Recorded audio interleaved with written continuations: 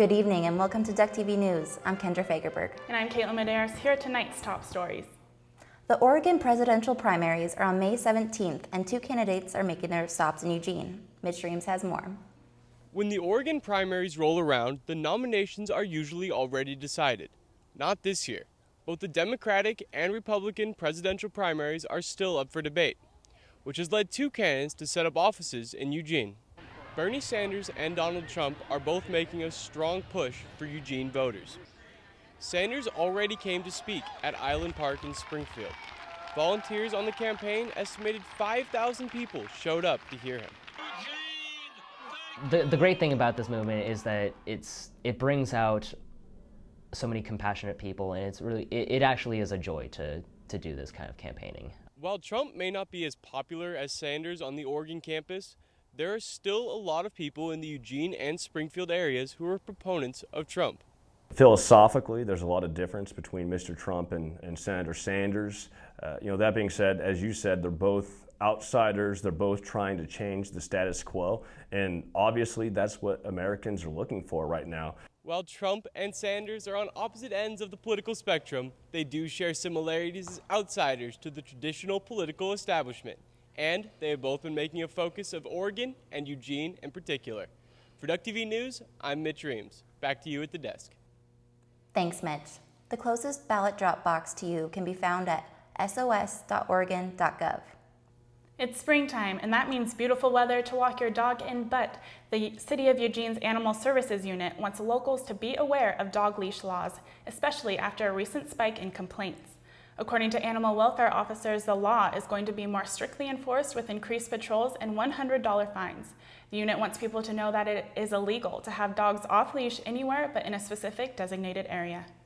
Ever wonder what happened to those extra cranberry bliss bars at the end of the Starbucks workday? America's largest coffee chain is implementing a new food donation program to avoid filling landfills with their food. The company began by donating smaller menu items such as their scones and other pastries. It's unclear what the new program will mean for Eugene food pantries and banks. Reverend Doug Hale, director of the Student Food Pantry, believes that although the food will be fresh, the nutritional value may not be ideal. Trying to provide as high a level of nutritional quality as we can. So things like pastries aren't on the top of our list. Right. Starbucks sponsored research to make donating food a possibility. By 2021, Starbucks intends to serve 50 million donated meals to those in need. The hope is to eventually repurpose 100% of their excess food. A UO student group appears to be taking some notes from Starbucks to reduce waste on campus. The Climate Justice League launched its new campaign, Say No to Go. At the beginning of spring quarter, the goal of the campaign is to introduce 4-year cups at campus cafes so students do not have to be wasteful or carry around a reusable cup all day. It's really important to not use to-go cups because they're just very wasteful. They produce a lot of waste that just isn't necessary. The group will hold an event at the end of May with a special speaker, Andy Keller, the CEO of Chico Bags, about why plastic use is bad for the environment. It will also be a showcase for students to learn about campus environmental clubs. A trial run will begin in July at the new Science Library Cafe. The program will be implemented at the Daily Grind Cafe and Night Library in the fall and spread across campus in the future. Wendy Jones is here to tell us about what the weather will look like this week. Wendy. Thanks, Caitlin. You might have to drink your margaritas inside the Cinco de Mayo because there's a 20% chance of rain on Thursday. Temperatures will stick around the 60s with lows in the 40s. The sun will start to come out this weekend on Friday with highs reaching 70s and lows in the 50s. You finally have a chance to soak up on some vitamin D on Saturday since the sun will be out and temperatures could reach 81 degrees. If you're looking to get away, Florence is a perfect place to go. If you're lucky enough to escape Eugene on Thursday, skies will be cloudy with highs in the 50s and lows in the 40s. Friday and Saturday will be sunny with highs in the 60s, so you might actually need some sunscreen. That's it for weather. Back to you at the desk. Thanks, Wendy. As the University of Oregon continues its year of rapid development, University President Michael Schill has been actively involved in the changes around campus. After stepping into office, President Schill has been working towards making some significant changes at the University of Oregon.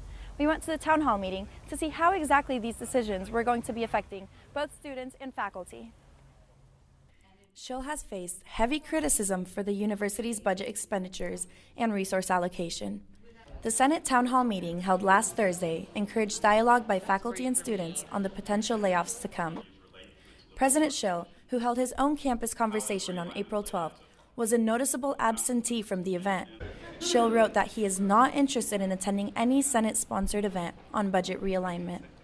In addition, Schill has responded to the Black Student Task Force's demands for increased diversity on campus by announcing the invitation of 6 new historically African American fraternities and sororities. We have a diverse campus, it's just how well it's represented. And I think, unfortunately, the representation and the attention we pay to marginalized and diverse populations is lacking here, certainly. The invitation of these Greek organizations comes at a time of uncertainty, as the university has threatened to halt the expansion of sororities and fraternities in the wake of new research linking Greek organizations to higher occurrences of sexual assault and alcohol abuse. The Greek life expansion will fall in line with the soon-to-be implemented African American Opportunities Program, which aims to actively recruit more Black students to the U of O. For Duck TV News, I'm Camila Retta. Back to the desk. If you enjoy design and want your work displayed, UO Libraries is now accepting entries for their computer wallpaper design competition. The winning creation will receive a prize of $300 as well as their design as the background image on over 700 UO Library computers. The competition is open to all students and the deadline for submission is Sunday, May 22nd at 11:59 p.m. Thanks for watching tonight's episode of Duck TV News. I'm Caitlin Medeiros. And I'm Kendra Fagerberg. Have a great night, Eugene.